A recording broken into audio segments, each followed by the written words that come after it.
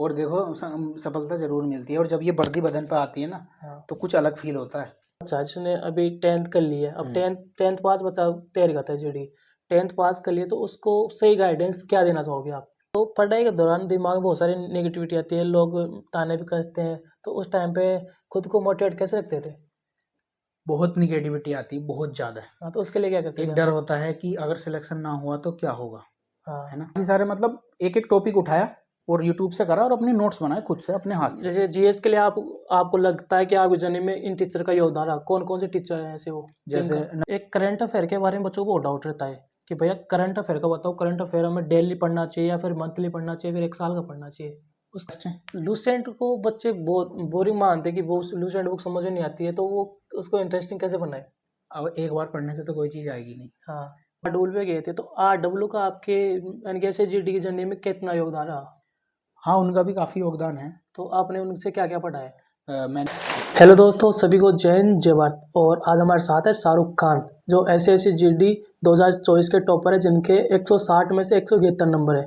और इन्होंने एसएसजीडी के अलावा और भी काफ़ी एग्जाम में क्रैक करे, जिसमें यूपी पुलिस हो गई, सीआरपीएफ एसएम की हो गई, और सीजीएल की 2 बार की, सीपीओ की, और उसके बाद एक सरकारी नौकरी चाहिए थी।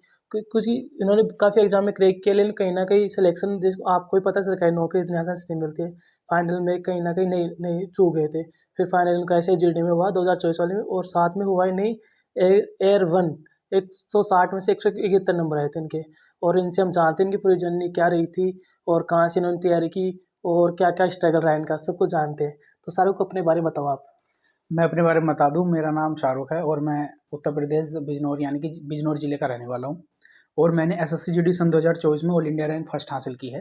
4.5 साल का मेरा संघर्ष रहा। मैंने लॉकडाउन जब स्टार्ट हुआ था तब मैंने अप्रैल 2020 से अपनी तैयारी स्टार्ट की थी, और मैंने आफ्टर 6 मंथ में ही अपना दिल्ली पुलिस का एग्ज़ाम निकाल दिया था। आपने पहली एग्जाम कौन सी टारगेट की थी जब कंपटीशन में थे? टारगेट थी मेरा सीजीएल का। मैंने एक प्रॉपर बेस है, मतलब सीजीएल के टारगेट लेके सारे एग्जाम क्लियर हो जाते हैं, तो मैंने वही टारगेट लिया था अपना सीजीएल का, और मैंने सारे एग्जाम क्लियर करता चला गया। मैंने 13 एग्जाम क्लियर किए हैं, और मैं लगभग 8 बार फाइनल में रहा हूँ, और सीजीएल में 2 बार फाइनल मेरिट आउट रहा हूँ, और सीपीओ में 1 बार फाइनल मेरिट आउट रहा हूँ।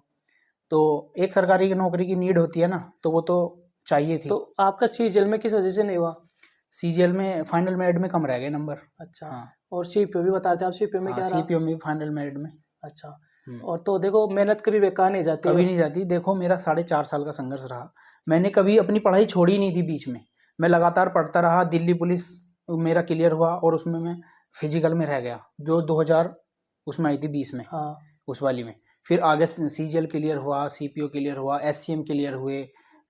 जो धीरे धीरे आपकी पेपर सारे क्लियर होते चले गए। 2020 वाली वैकेंसी थी, उसमें कितने नंबर थे दिल्ली पुलिस में? उसमें मेरे 67-68 नंबर थे। और जो अभी 2023 वाली में? उसमें तो मेरे रो मार्क्स मतलब 78 थे। हाँ। और बाद से नॉर्मलाइजेशन लगभग के और एनसीसी के मार्क्स मेरे जोड़ के 87 नंबर मेरे हो गए थे। तो फिर दिल्ली पुलिस वाले में क्या किस वजह से रहे उसमें आप? भी रेस में रह गया था मैं। अच्छा, फिजिकल में। फिजिकल में तो रह गया था। आप जो आपके साथी देख रहे हैं उनको क्या बोलोगे फिजिकल के बारे में?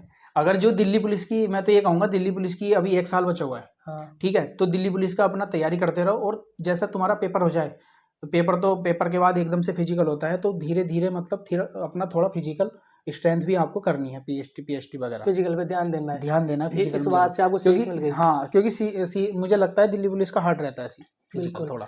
और जैसे बच्चे दिल्ली पुलिस में फिजिकल में रह जाते हैं, मेरे पास भी ऐसे बहुत सारे दोस्त हैं जिनका ऐसे मिली है, उनका दिल्ली पुलिस फिजिकल में रह गए थे, उन्होंने ऐसे सब ज्वाइन किया। आप भी हो, लोग घाटी है, और भी बहुत सारे सर से। बहुत बच्चे हैं सर। मैं हाँ। मानता हूँ कि 200 मतलब कुछ 276-80 वैकेंसी हैं, हाँ। उसमें से लगभग 150 बच्चे वही हैं जिनका फिजिकल रहा है। बिल्कुल। हाँ। तो मेहनत कभी बेकार नहीं जाती है। नहीं, तो पढ़ाई छोड़नी नहीं चाहिए, आगे से आगे जो आपका नेक्स्ट टारगेट बनाना चाहिए और आगे बढ़ना चाहिए। तो अब हम बात करते हैं, आपकी 2020 से जर्नी स्टार्ट होती है। बिल्कुल। तो बच्चा फ्रेशर होता है, उसको कुछ पता नहीं होता है कि मेरे को कहाँ से पढ़ना है, क्या पढ़ना है। तो वहाँ पे आपने ऑफलाइन कोचिंग की, ऑनलाइन कोचिंग की, आप कैसे क्या किया? देखो 2020 में तो ऑनलाइन आ चुकी थी। हाँ। तो मैंने धीरे धीरे अपनी बुक्स ली। हाँ। और धीरे धीरे अपना कोर्स कंप्लीट करना स्टार्ट किया। मैंने क्या किया, मैंने शुरू के 6 महीने नहीं, सिर्फ नोट्स ही बनाए थे। मैंने कुछ करा ही नहीं, ना मैंने रिवीजन, ना कुछ नहीं। आपने नोट्स बनाए? हाँ। तो नोट्स के लिए आपने कौन से टीचर चुने, कहाँ से, यूट्यूब से बनाया या कोई बेच लिया? पूरा यूट्यूब से। यूट्यूब से। जो जीएस के लिए आपने कौन से टीचर को चुना? जैसे आरडब्ल्यू से नवीन सर हो गए। हाँ, static GK, static history GK. वगैरह। हाँ। और भी हैं, जैसे क्रेजी जी के ट्रिक हो गया, एक एक टॉपिक उठा लिया। हाँ। तो काफ़ी सारे मतलब एक एक टॉपिक उठाया और यूट्यूब से करा और अपने नोट्स बनाए खुद से अपने हाथ से। जैसे जीएस के लिए आपको लगता है कि आपकी जर्नी में इन टीचर का योगदान रहा, कौन कौन से टीचर हैं ऐसे वो जैसे जिनका? नवीन सर हो गए हाँ और कुमार गौरव सर हो गए, हाँ ठीक है। और मैथ के लिए राकेश यादव सर, हाँ उनके मतलब गगन प्रताप सर। हाँ मैथ तो मैंने लगभग सबसे पढ़ा है, एक एक दो दो टॉपिक। हाँ, वो पढ़ते ही हम, क्योंकि एक टॉपिक किसी का समझ नहीं आता हम दूसरे टीचर को सर्च करते हैं। और बाकी सबसे ज़्यादा योगदान तो बुक का रहा है। हाँ, बुक तो मैंने अपनी सारी बार बार पढ़ो गया। तो आपने जैसे सीजीएल को टारगेट किया था, तो सीजीएल के लिए तो आपने कौन सी बुक चुनी थी, और एसएसजीडी के लिए कोई अलग से बुक चुनी थी? नहीं बुक तो सारी एक सी हैं, सब एक से ही क्लियर हो जाता है। और बच्चे भटकते हैं, वो अलग अलग पब्लिकेशन की हाँ। बोलते हैं कि मैं पिनाकिल के ले लूँ, मैं किरण के ले लूँ, मैं आरडब्ल्यू के ले लूँ, मैं देखो उसके ले लूँ। बुक कोई सी भी ले लो, हाँ, लेकिन पढ़नी उसको 3-4 बार ही है। बच्चे परेशान रहते हैं कि नोट्स बनाऊं या फिर मैं प्रिंट निकलूं। देखो नोट्स बनाने का सबसे बड़ा फायदा क्या है कि जब हम हमारा एग्जाम आता है ना, हाँ, तो उससे 1 महीने पहले 60% तो हमारा याद ही रहता है, और एक बार जब हम उसे रिवाइज करेंगे ना तो वो सारा याद हो जाता है। अच्छा। सबसे बड़ा नोट्स का ये फायदा है। और आपका मॉक टेस्ट वगैरह आप कब से देते थे? जैसे आप फ्रेशर थे तो मॉक टेस्ट कब से हाँ स्टार्ट देखो, किया? 4.5 साल का जो समय लगा उसमें गलतियां भी बहुत थी, हाँ बहुत गलतियां करी मैंने। एक तो मेरी जीएस कमजोर थी जिससे मेरा सिलेक्शन रुका। फिर उसके बाद मॉक टेस्ट में मैं अपनी ढिलाई करता था, हाँ उसका एनालिसिस अच्छे से नहीं करता था। और आजकल के टाइम में क्या है, नंबर ऑफ एस्पिरेंट इतने ज़्यादा हैं, कट ऑफ इतनी हाई जा रही हैं। अभी देखा CHSL का रिजल्ट आया, बिल्कुल। कितनी कट ऑफ हाई गई है उसकी।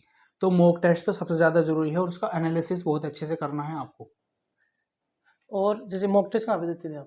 मॉक टेस्ट बुक हो गया, अच्छा। या संडे मॉक आता था उस पर, SSC एग्जाम कुछ करके एक एप्लीकेशन है उस पर ऐसे। तो अब और RWA से GD के लगाए थे, और हिंदी विंदी की मिनी मॉक। आप आरडब्ल्यू पे गए थे, तो आरडब्ल्यू का आपके यानी कि एसएसजीडी की जर्नी में कितना योगदान रहा? हाँ उनका भी काफ़ी योगदान है। तो आपने उनसे क्या क्या पढ़ा है? मैंने मॉक टेस्ट लगाए थे, हाँ और कुछ मैंने मतलब क्लासेस ली थी हिंदी की। हिंदी तो मैंने सारी नवीन सर से पढ़ी। हाँ और मैं गागर में सागर, मेन इंपॉर्टेंट मैराथन ले करो लास्ट के टाइम में, हाँ, वो फायदा रहता है उससे। वो रिवीजन हो जाता है लास्ट हाँ टाइम में। रिवीजन हो जाता है। और जीएस पढ़ा था, जीएस के प्रैक्टिस सेट लिए थे नवीन सर के। तो जैसे हम वो गागर में सर 7 घंटे की क्लास होती है, तो बच्चा एक ही क्लास को 7 घंटे देखता है तो बोर नहीं होता है? ऐसा लगता है? 2x में देखो ना। अच्छा 2x में देखो। अच्छा, ये तरीका अच्छा है। और हम बात कीजिए आपके लिए, मैथ में अगर बच्चा फ्रेशर होता है तो वो करता है कि भैया मैं एक टॉपिक तो आगे का पढ़ूँ पीछे का भूल जाता हूँ, तो ये देखो आप। मेरी मैथ की स्ट्रेटेजी क्या है, मेरी मैथ की स्ट्रेटेजी ये थी कि मैंने अपने सारे चैप्टर के नोट्स बना लिए थे पहले। अच्छा, नोट्स बनाने के बाद फिर अब नोट्स से रिवाइज करा, उसके बाद बुक उठाई थी।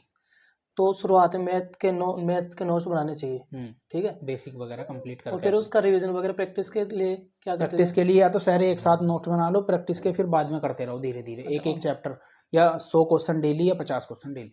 अच्छा 100 क्वेश्चन यानी कि टारगेट बना के चलना है। टारगेट, हाँ टारगेट बना के। और हिंदी के लिए आपने नवीन सर को फॉलो नवीन किया? सर को फॉलो करा था। और जीएस के लिए कोई बुक? जीएस के लिए बुक लूसेंट ले लो, हाँ, या किरण पब्लिकेशन की ले लो, दोनों बेस्ट हैं। लूसेंट को बच्चे बहुत बोरिंग मानते हैं कि वो लूसेंट बुक समझ में नहीं आती है, तो वो उसको इंटरेस्टिंग कैसे बनाए? अब एक बार पढ़ने से तो कोई चीज़ आएगी नहीं, हाँ उसको बार बार पढ़ना पड़ेगा। हाँ, लूसेंट मैंने इतनी बार पढ़ रखी है अपनी, वो पढ़ता ही रहता हूँ बस। लेकिन हाँ ये है, लूसेंट में कभी भी 4 पेज या 5 पेज से ज़्यादा मत पढ़ना। अच्छा, यानी कि लूसेंट बुक आपको लगता है इनफ है? बहुत है, यानी ऐसे ऐसे एग्जाम के लेकिन लिए। स्टैटिक जीके के लिए वो सही नहीं है। स्ट्रेटेजी के लिए फिर क्या करें? नवीन सर, उनकी अच्छा, क्लासेस पढ़ी हुई हैं। एक करंट अफेयर के बारे में बच्चों को बहुत डाउट रहता है कि भैया करंट अफेयर का बताओ, करंट अफेयर हमें डेली पढ़ना चाहिए या फिर मंथली पढ़ना चाहिए, फिर 1 साल का पढ़ना चाहिए? उसका उसका बताओ, उसके लिए कोई बुक या फिर टीचर, उसको कैसे कर देते हैं आप? देखो अगर मैं अपने पर्सपेक्टिव से बताऊं, आप अपना ही बताओ। तो कुमार गौरव सर की डेली क्लास आती है सुबह वाली, हाँ शाम को उसको देखो, 2x पे उसके नोट्स बनाओ सारे, हाँ, फिर देखना कैसे नहीं होती है करंट अफेयर। अच्छी हो जाएगी, साथ में बिल्कुल। और बहुत कुछ करवा देते बहुत हैं, कुछ हो जाएगा। है ना, कुमार गोगी सर के। तो जो कुमार गोगी सर बताते हैं कि यानी कि 2x में देखना है, वो बोलते हैं कि लंबी 2x, क्लास रहती है। हाँ 2x में देखो। और मैं एक चीज़ और बताऊंगा, कुमार गोगी सर आप शुरुआत के 1 मंथ नोट्स बनाओ, जब 1 मंथ का आप नोट्स बना लोगे ना, तो वही चीज़ें वो रिपीट करवाते रहते हैं बार बार, फिर आपको 1 मंथ ही नोट्स बनानी पड़ेगी, फिर चीज़ें आपको याद हो जाएगी कि वही चीज़ बार बार वो रिपीट करके याद करवा देते हैं। ये हो गया। और आप क्या बताओगे ऐसी गलतियाँ जो आपने की होगी? गलतियाँ, एक तो कंसिस्टेंसी रखनी है अपनी, ठीक है, कंटिन्यू लगातार पढ़ना है, और शेड्यूल को अपना बढ़ाओ। जो जिनका 6 घंटे है ना उसको बढ़ाओ, और चारों सब्जेक्ट को इक्वल लेके चलना है, ठीक है। हाँ और एक मॉक टेस्ट हो गया, मॉक टेस्ट और प्रीवियस ईयर पर फोकस करना है, ये चीज़ें अपनी थोड़ा मतलब फोकस करना है इन चीज़ों पर। अच्छा, तो पढ़ाई के दौरान दिमाग में बहुत सारी नेगेटिविटी आती है, लोग ताने भी कसते हैं, तो उस टाइम पे खुद को मोटिवेट कैसे रखते थे? बहुत निगेटिविटी आती है, बहुत ज़्यादा। हाँ, तो उसके लिए क्या करते थे एक आप? डर होता है कि अगर सिलेक्शन ना हुआ तो क्या होगा, है हाँ, ना? बिल्कुल। लेकिन डटे रहना, एक ना एक दिन सफलता ज़रूर मिलती है। अब ऐसे बोलते भैया मैं 10 घंटे पढ़ता हूँ, हुँ। उसके बाद मुझे डर लगता है, तो वो चीज़ होती डर है कि लगता है, वो कभी ख़त्म नहीं होगा, वो जब ख़त्म होगा जब सिलेक्शन होगा। हाँ, वो कितना ही कोई भी महान इंसान हो, वो ख़त्म नहीं कर सकता उस डर को। जब तक आपका सिलेक्शन नहीं हुआ था, आपकी आंसर की नहीं थी, तो आपके हुँ। अंदर डर था कि मेरा होगा या नहीं होगा, ऐसा कुछ था हाँ, मन में? डर था। रहता है ना हाँ, डर, तो अंत तक जब तक फाइनल हो जाए तब तक डर बना रहना चाहिए। पर मेरा हर एग्ज़ाम में ये था कि इसमें नहीं हुआ तो अगले में होगा, अगले में नहीं हुआ तो उससे अगले में लेकिन होगा। होगा ज़रूर। जब हम मॉक टेस्ट देते थे, जैसे आप एसएसजीडी के मॉक टेस्ट दे रहे थे, तो उस मॉक टेस्ट में आपकी परसेंटाइल क्या रहती थी? Score, percentile? परसेंटाइल तो मैंने इतना ध्यान नहीं दिया, लेकिन 140 प्लस मार्क्स, 130 प्लस, 120 प्लस, ये इतने आरडब्ल्यू पे देते थे या टेक्स्ट बुक के सब ऊपर? पे ही, आरडब्ल्यू टेक्स्ट बुक हमेशा दोनों पे। 140 प्लस रहते थे। 140 प्लस, 130 प्लस। अच्छा, तो आपने जे एसएसजीडी की हिंदी के लिए कोई बुक वगैरह? बुक तो आरडब्ल्यू वाली भी ले सकते हो। वैसे तो मेरे पास आदित्य की थी, हाँ, मतलब कोई एक बुक आती है वो हिंदी की यूपी में, हाँ, मैंने यूपीएसआई के दौरान पढ़ी थी वो। हाँ। हाँ, और मैथ के लिए कोई बुक? मैथ के लिए तो आप कोई सी बुक ले सकते हैं, लेकिन बस प्रैक्टिस करनी है उसकी 4-5 बार। प्रैक्टिस करनी है। और हाँ, मैथ के लिए जैसे यूट्यूब पे कोई टीचर प्रैक्टिस के लिए सर्च करे तो किससे करे प्रैक्टिस मैथ के लिए? प्रैक्टिस तो सारे यूट्यूब पे बेस्ट ही हैं। अच्छा, आप किसी से भी कर सकते हो, जिसका समझ में आए। जिसका समझ में आए उससे कर सकते हो। और रीजनिंग के लिए? रीजनिंग तो मैंने पीयूष बारसनी सर से पढ़ी थी, हाँ, और थोड़ी बहुत 1-2 चैप्टर राहुल सर से भी पढ़ा था। अच्छा। हाँ, और रिवीजन का बताओ कि रिवीजन कैसे करते थे आप? रिवीजन तो भाई डेली, डेली? जब मेरा कोर्स कंप्लीट हो गया हाँ, तो रिवीजन तो मैं डेली करता था। मतलब वो प्रैक्टिस ही थी ना। 100 हाँ, क्वेश्चन में मैथ के लगाता था। हाँ, रीजनिंग मैंने पढ़ी नहीं थी, रीजनिंग में पढ़ता नहीं था। जिसका मैथ अच्छा होता है वो रीजनिंग तो कर ही लेता हाँ, है ना। और 1-2 चैप्टर आते हैं, उनको एंड में देख लो जब पेपर आ जाए 4-5 दिन पहले। हाँ। और जीएस को 3 घंटे पढ़ना था बस। अच्छा, हाँ। तो आप ऐसे बताओ अगर कोई फ्रेशर बच्चा है जिसने अभी 10th कर ली है, अब 10th पास बच्चा तैयारी करता है जीडी, 10th पास कर लिए तो उसको सही गाइडेंस क्या देना चाहोगे आप? जो 10th पास कर लिए वो उसको उसे क्या करना चाहिए? अगर बिल्कुल ही फ्रेशर है तो उसको सबसे पहले तो एक कोर्स परचेज करना चाहिए, हाँ, बिल्कुल करना चाहिए। आजकल के में ऐसा नहीं है कि कोई थोड़ा सा भी अफोर्ड नहीं कर सकता, कर सकते हैं। कोर्स परचेज करो, उसको कंप्लीट करो, नोट्स बनाओ, और जो चीज़ें समझ में नहीं आती उसको यूट्यूब पे देखो। जो चीज़ समझ में नहीं आ रही एक टॉपिक उसको यूट्यूब पे टॉपिक देखो या अपनी स्ट्रेटेजी देखो, जो भी देखना है यूट्यूब पे हर चीज़ है। अच्छा, और आपका शेड्यूल क्या रहता था जैसे सुबह से लेके शाम तक आप पढ़ने का? पढ़ता ही था बस। सुबह को नाश्ता करके लाइब्रेरी चला गया, फिर दोपहर को लंच, फिर शाम को घर आ गया। आप ऐसे घंटे फिक्स नहीं थे? मेरे पास कमेंट आते कि भैया पढ़ाई के लिए कितने घंटे पढ़ने चाहिए? फिक्स नहीं है, जितना पढ़ सको उतना पढ़ो। कोई फिक्स नहीं कोई है? फिक्स नहीं है, जितना पढ़ना है उतना पढ़ो।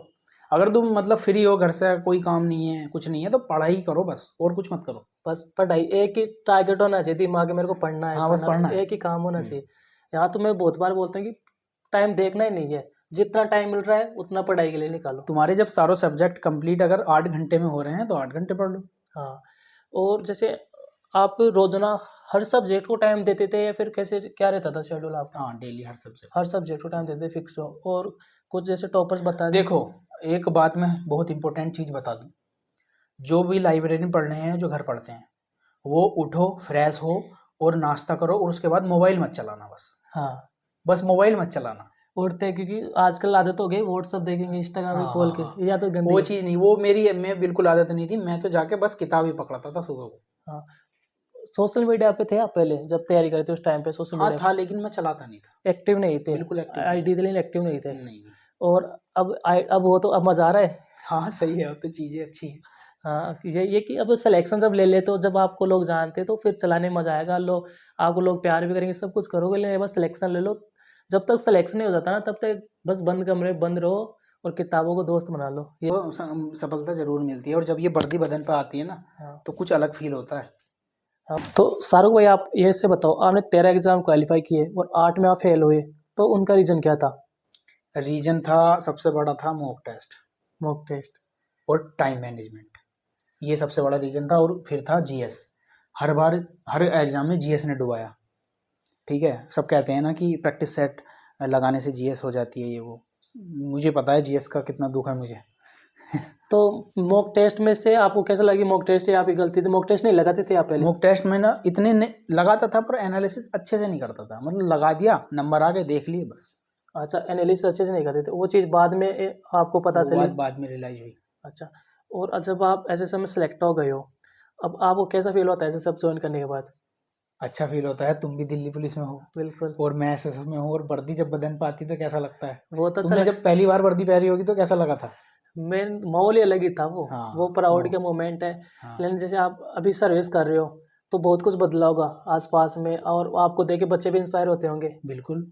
और होता है जब मतलब कोई तरक्की करता है या कुछ भी होता है या जाते हैं सब, तो होता है, मतलब आता है वो चीज़ घूम बिल- फिर के वहीं। बिल्कुल।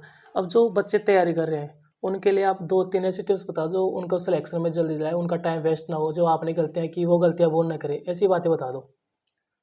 ऐसी। पढ़ाई पढ़ाई स्टार्ट करो हाँ। और रेगुलर करो, और डेली शेड्यूल अपना बढ़ाओ, और जीके को ज़्यादा पढ़ो, 3 से 4 घंटे। हाँ। ठीक है। और मॉक टेस्ट का एनालिसिस और टाइम मैनेजमेंट, क्योंकि 60 जो एसएससी है वो तो 1 घंटे का ही पेपर देती है, हाँ। बाकी दिल्ली पुलिस एक उसका डेढ़ घंटे का पेपर देती है। हाँ। तो अपना टाइम मैनेजमेंट करो, अपने एग्जाम को देखकर टारगेट करो उसको, चीज़ को, बिल्कुल। कि उसके लिए हमें कितना सफिशेंट है, वो। कितना सफिशेंट हम पढ़ सकते हैं उस चीज़ के लिए। हाँ। हाँ। जैसे आपने बताया कि मॉक टेस्ट से आपको इस चीज़ें पता चलेगी, वो मॉक टेस्ट ज़रूरी है। मॉक टेस्ट सबसे ज़्यादा ज़रूरी है। ठीक है। और शाहरुख भाई ने बहुत कुछ अच्छे से एक्सप्लेन किया है, और मुझे उम्मीद है आप इनकी बातों को फॉलो करेंगे, और इनका यूट्यूब चैनल आप उनको फॉलो कर सकते हो, लिंक आपको मिल जाएगी डिस्क्रिप्शन में। और वीडियो को हम यहीं पे एंड करते हैं। जय हिंद, जय भारत।